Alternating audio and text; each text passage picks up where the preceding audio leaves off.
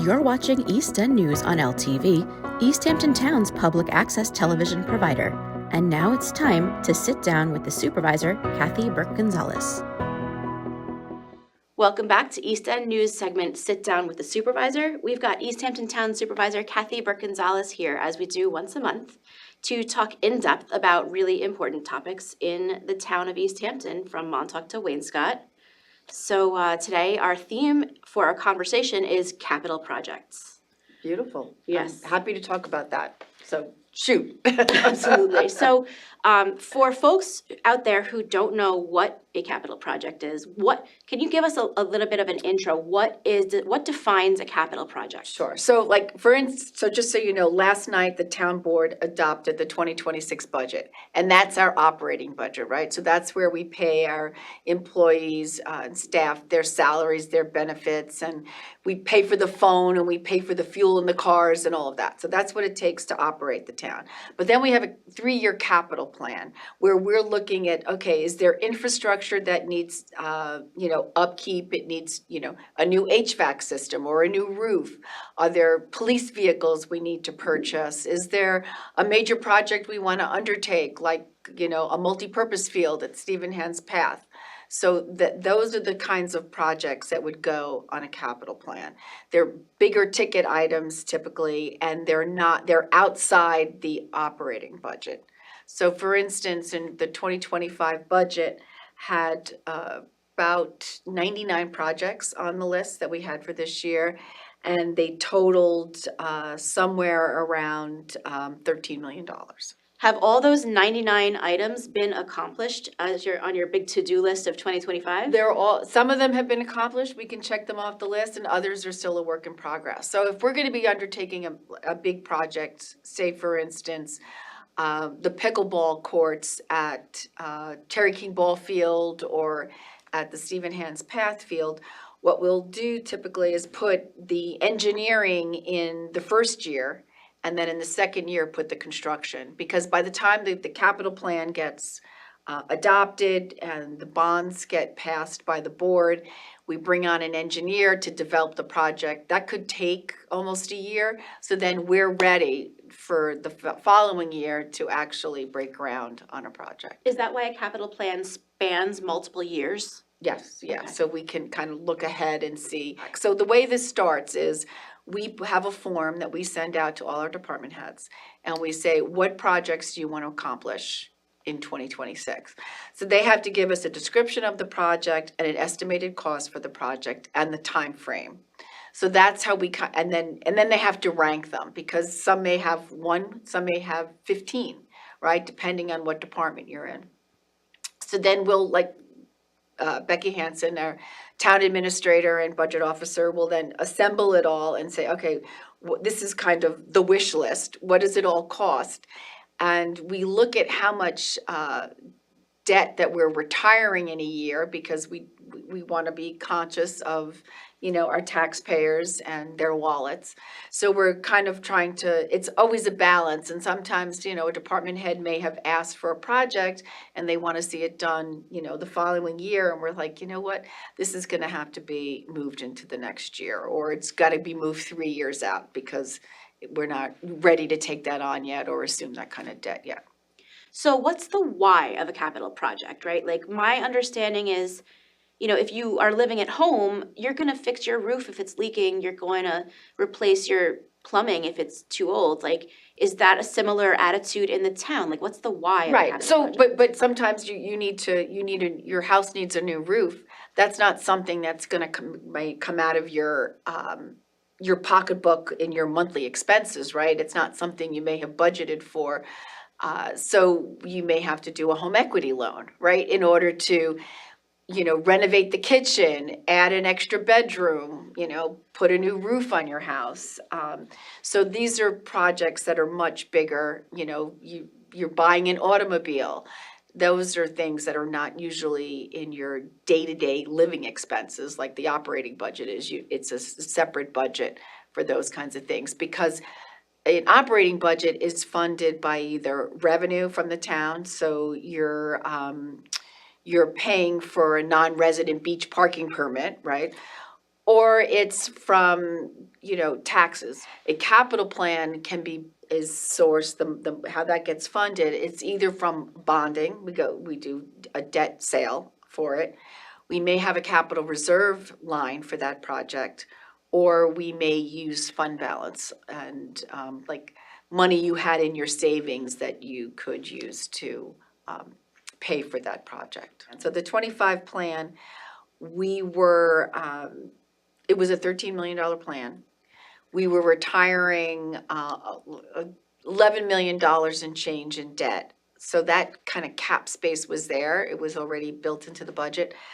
So then we didn't want to take on more debt than we were retiring. So we looked at capital reserve. Like for instance, if the YMCA, years ago when it needed a new roof, we didn't have to bond for that. We had money in our capital reserve to pay for that. So some projects have capital reserve accounts. And then some projects we have a very high level of fund balance, meaning money in savings, right, for a rainy day. And that money, we allocated money from our fund balance to pay for some of these projects. And we typically looked at things like when you're working with a project, the state finance law determines what the period of probable use is too. So we looked at that. So some projects have, or expenditures have a 5-year, right? Some have a 25-year. So some vehicles may be a 3-year, for police vehicles because of the miles they put on. So sometimes for those with shorter PPUs, periods of probable use, we'll use fund balance to pay for those, as opposed to bonding and things that have a longer life cycle, like maybe it's a drainage project that's 15 years, we'll bond for. All right, I see that distinction there. Yeah. Can you go over a few of the projects that are included in the new plan? So in the 2025 plan, and some of the projects that we're kind of wrapping up was the roundabout at Stephen Hand's Path, 2 Holes of Water, and Long Lane. Before we did that project, we did the drainage on Stephen Hand's Path because there used to be a lot of runoff from the farm field there. Once we got the drainage dealt with, then we did the roundabout. And that is one of the things I think I hear there's 2 things that are tied for what I get the most comments on, the roundabout and the emergency room, that people are just over the moon pleased with. But so that was a project that, came in on time, although there was a little delay by Verizon moving lines for us, but we got that project done.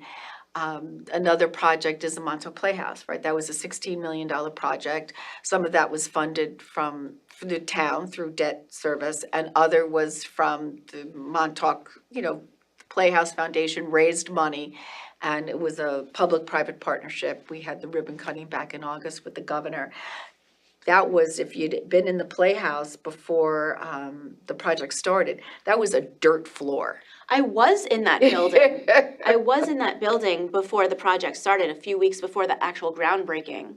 So I saw it. Yeah, it's crazy. It's a night and day difference, and it's such a promise of wonderful things for the Montauk community, Yes, really. Like, it really is. if I could share a personal opinion on that. Yeah, absolutely. No, it's beautiful. It's been embraced by the community. We're now just waiting for final health department sign off, and then Imagine Swim is ready to go and get, kids and families and seniors in. We're also, David, Lisa and I were down there a couple of weeks ago in Montauk, down by the docks where the Westlake commercial fishing dock, that needed to be rehabilitated. That's a $2 million project, and we're wrapping that up. We had just done the dock at Star Island because that was in need of repair. We put in the Westlake Comfort Station because that was, an old building that needed to be upgraded. We needed to put in an IA system. We've been trying to do that at all of our comfort stations throughout town so that, they're low nitrogen systems, which is really important. But I know from when I talk to families with kids, a real game changer has been the fields that we put in at Stephen Hand's Path. at the Honorable Fred Thiel Recreational Facility. I mean, you go there in the middle of the afternoon and there's folks walking on the path. There are folks exercising, you go there after school or on the weekend, they're kicking a soccer ball around, the kids are taking batting practice. And we had I guess it was in October, we had a work session on how that, we could continue to build that out and make that a hub for families and for recreation, adding the pickleball, we've engineered for that. We've also created access to the playground that was at the CDCH building, so that, it's really a tremendous hub for families, and we need to increase the parking. Although we did get creative, we had homecoming there, the football game was there, which was, and it was really touched. I just got a drone shot of homecoming from the assistant superintendent, Tim Fromm. He gave to me the other night, which, it was electric there, on homecoming. And then we've also used, those fields have been used by, the field hockey team, the girls practiced there in August and they could have, with the lights, they could have, the varsity and JV could play and everybody could get their game in, which has been a problem before. Those lights make a difference. Yeah. They extend the day of, the soccer game that in October would start at 4:30 or 5, and they can't fit the whole game in because there's no light, right? And that's a lot of, my impression of the Stephen Hand's Path, the Honorable Fred Thiel Fields, is that it's a little separate from the high school that's surrounded by houses. Right. And the lights are more disruptive around houses, right? But not as much. Yeah, there's nobody to disturb over there, Right. right? So we own like 30-something acres. So it's really a great place to continue to build out and we've lost a lot of trees there, unfortunately, to southern pine beetles. So the trees are down. So there isn't really clearing that needs to be done. So capital projects. What other highlights are there to talk about? I mean, I know there's some Parsons blacksmith shop work coming up. So that's actually, we're almost wrapping that up. The siding had been we had replaced some of the windows, but the siding had been really buckling and the nails were popping out and we were afraid that water was gonna get in. So, and the Springs Historical Society, the library, they did a great job of kind of cleaning out the inside, because you could never walk through that building because there was too much stuff there, and they really did a tremendous job of clearing it out. And you go in there and they've got posters up and things up, and it tells a story, and it's great. So that's a project that's been doing. We just did that work at Pussy's Pond. We put in a new culvert.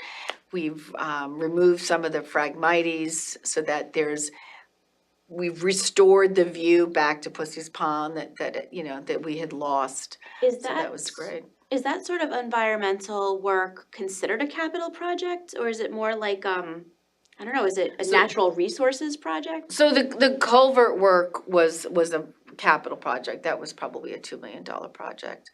We're also looking at expanding the playground at the Maidstone Beach, at the park there.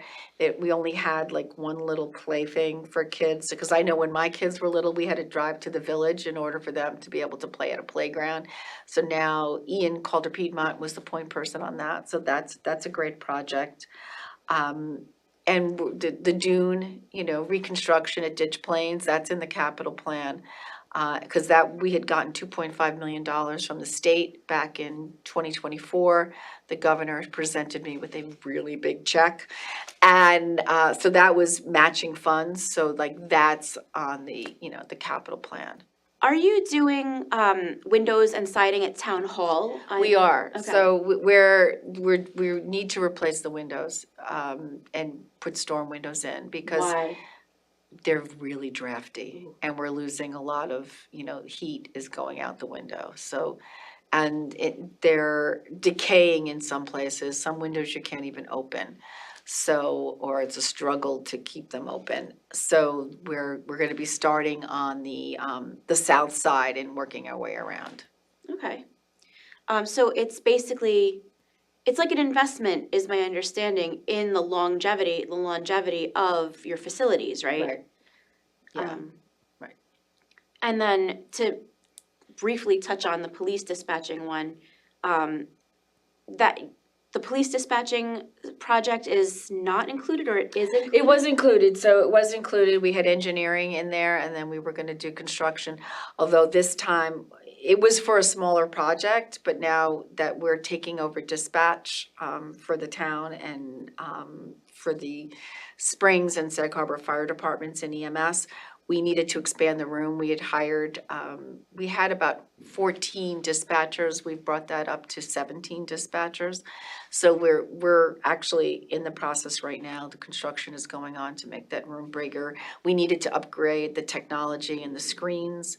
It was time anyway, so that's all being done. So hopefully that's gonna be done by the end of the year. And that's a critical safety matter. Absolutely, Yeah. yeah. We have to constantly, every year, we've got, 7 police cars in the plan somewhere in that, because they're getting so much, wear and tear and mileage driving around. So some things are in there every year, and then some things are like one-offs. And we did a couple of years back, I think Peter was supervisor. We knew that we looked at,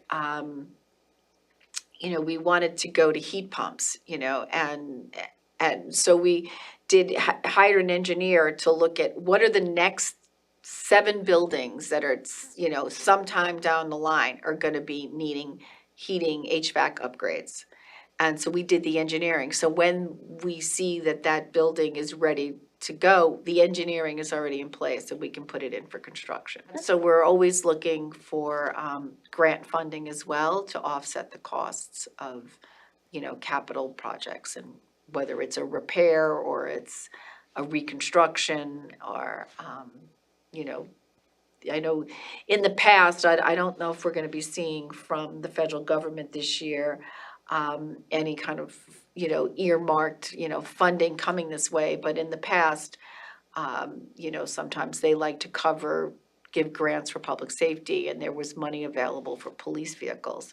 Not sure that's gonna happen this year. When we talk specifically about police vehicles, you mentioned there's, maybe 7 in the budget each year. How many do you have total? Do you know that offhand? I was don't just know the curious. number off the top of my head. But it's like a scheduled replacement system, right? Right. Like, sort of like how the schools replace, maybe a third of their Chromebooks every Right, 3 years, right. so that by the time the oldest ones are done, you've got availability to buy the new ones, Right. right? Yeah. That makes a lot of sense. Yeah, and we're doing the same thing, like, for technology and for computers in town government too, right? Every department, many of our staff have a computer, whether it's a desktop or a laptop, and that's also on a schedule that the IT department manages. So, back in February of 2023, we hired James Pincott. We created a new position, and it's a capital projects manager. Because in the past, we would bond for these projects, and it was kind of expected that the department head that requested it was gonna oversee it. But it really is a full-time job to oversee all of the capital projects. So that is James's responsibility, and he makes sure he's coordinating with, whether it's like right now, we're doing a construction project at Town Hall where we have to replace the membrane that was under the brick patio that sits on top of the town attorney's office, and there was some leaking. So he's coordinating and making sure that, staff know when work is gonna be done in their space. He's working with the engineers, he's working with the construction team.